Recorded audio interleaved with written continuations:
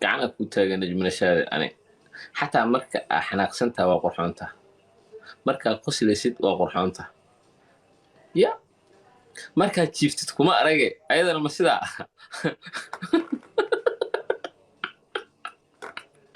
allah adigu raaxayso waa ku ogahay ya macnaha waxa adigu aad noo soo gudbisay macnaha najmo macnaha maxay ka tahay walaalay ma waxay ka tahay girbaash miyay ka tahay ma waxay ka tahay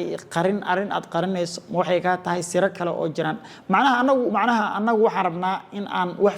fahanno macnaha marka si aan macnaha anagu wax u fahanno macnaha adaa laga rabaa mise macnaha inaad macnaha dhabta ee halkan ka jira noo macnayso najmo way fahantaa u malaynaa mise weli waxbaa dhiman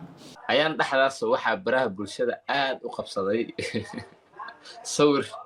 aad ku wada jirteen adiga iyo Bashiir Hanuuniye okay arintaas maxaa ka jira ma isguursateen adiga ninkaas odaga ah mise waxa ogtahay ma i weydiinay hadii aan su'aasha ka jawaabo anoo ku dheeraanaynin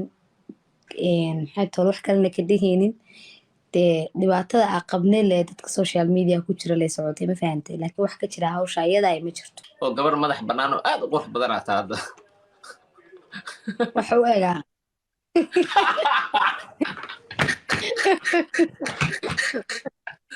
gabar madax banaan oo aad u qurux badan oo fanaanada waa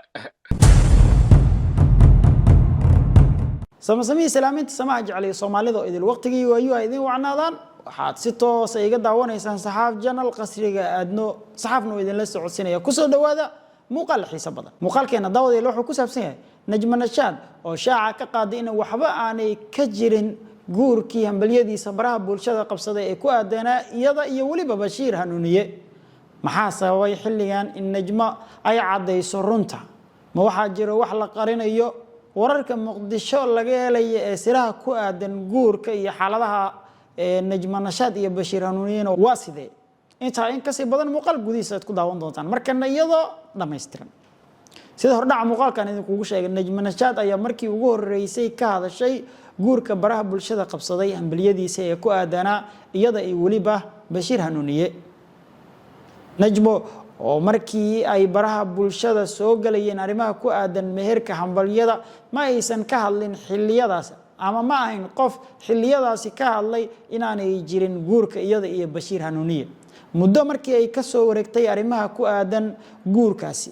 isla markaana baraha bulshada dadka caanka oo idil dhan hambaliyo ay u dirayeen qaasatan barta uu Facebook ku leeyahay Bashiir Hanuuniye la soo dhigay iyo meelo kale oo lagu kalsoonaan karo dad caan ah hambaliyo ay u dirayeen ayaa waxa dhacday markii ugu dambeysay markii uu dhacay guurkii Farxiyo Fiska iyo waliba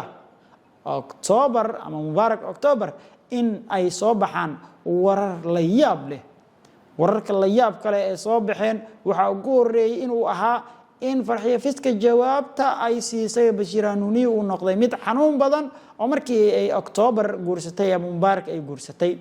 dadka oo tuuna aad u fara badan qabay isla markaana ka shakaysanaa sida ay xaaladda u socoto oo weerar iyo weerar celis u eka ayaa mar quran Najma Nashaad waxa ay noqotay qoftii ugu horeeyay ee si waadix uga hadasho arimahaasi Ayub Carlo oo muddooyinkii ugu dambeeyay haystay baraha bulshada qaybta TikTok weeraradiisuna ay aad u cuslayd dad badanna ay ka gargaarsadaan su'aalaha uu weydiiyo ayaa waxa uu weydiiyay Najma Nashaad su'aal ah in ay ka jawaabto guurkii Bashiir Hanuuniye ay isguursadeen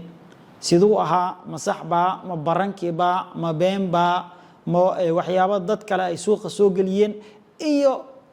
faahfaahin ku aadan arimahaasi Najmo oo markii hore ka muuqatay in aanay raali ka ahayn jawaab inay ka bixiso arinka kana meertay ayaa ugu dambeyntii jawaabtaasi baraha bulshada u soo gudbisay waxa uu jawaabta Najmo u dhacay sidan diyaar muuta inaan su'aal ku weydiiyo horta koow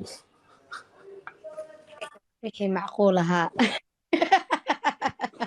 waxa dhan waa macquul haye alafkaaga cunaysa soo soco Najma Nashaad ayaan dhexdaas waxaa baraha bulshada aad u qabsaday sawir aad ku wada jirteen adiga iyo Bashiir Hanuuniye dad badan oo baraha bulshada isticmaala oo adiga aad ku taageera siyaabo kala duwan ay uga falceliyeen qaar waa kuwa hambaliyeeyeen qaar siyaabo kale uga hadleen okay arrintaas maxaa ka jira ma isguursateen adiga ninkaas odaga ah mise waxa ogtahay ma i weydiine maya walaalo wax ka jiraa ma jiraan maya waa ogahay laakiin su-aasha geemkaas sida ah inooga jawaab su-aashaas haddii aan su-aashaa ka jawaabo anoo ku dheeraanaynin maxay tolo wax kalena ka dhehaynin dee dhibaatada aa qabne le dadka social media ku jira lay socotay ma fahantay laakiin wax ka jira hawsha iyada ay ma jirto oo gabar madax bannaan oo aad u qurux badan aataa hadda waxa u egaa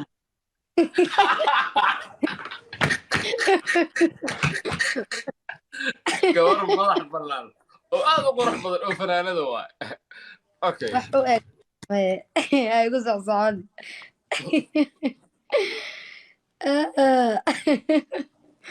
astaqfirullah gacana ku taagan najmanashaada ani xataa marka aa xanaaqsantaa waa qurxoonta markaa qoslaysid waa qurxoonta ya markaad jiiftid kuma arage ayadana ma sidaa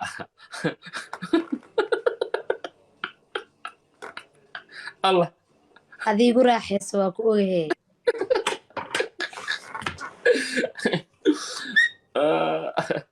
anaa iisoo balansanay miyaa intii aan isdagaashanayn oo dhan see kuugu badiyaan maya hadda yaaba ku garaacaba najmo tartiibaa lagaaga badiyey haddii lagu gacan qaado 100,000 150,000 80,000 aa lagu garaaci lahaa waa lagaa xishoonayaa weliba saasaa liiga xishooda miyaa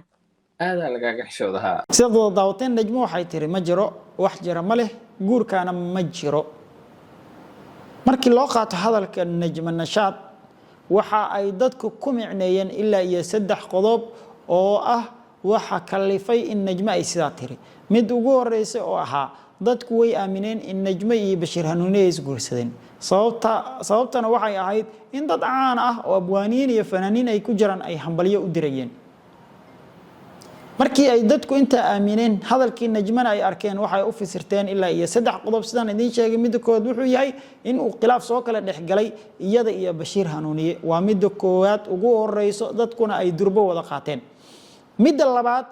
waxa ay dadku u fasirteen in uusan jirin wax meher ah oo dhexmaray labadooda maadaama muuqaalan la soo gudbinin oo sawir un la soo baahiyay oo arinka uu ahaa mid dana gaara laga lahaa midda saddexaad oo ay dadku u qaateen waxa uu ahaa in sheegan ama meherkan iyo guurkan la baahiyay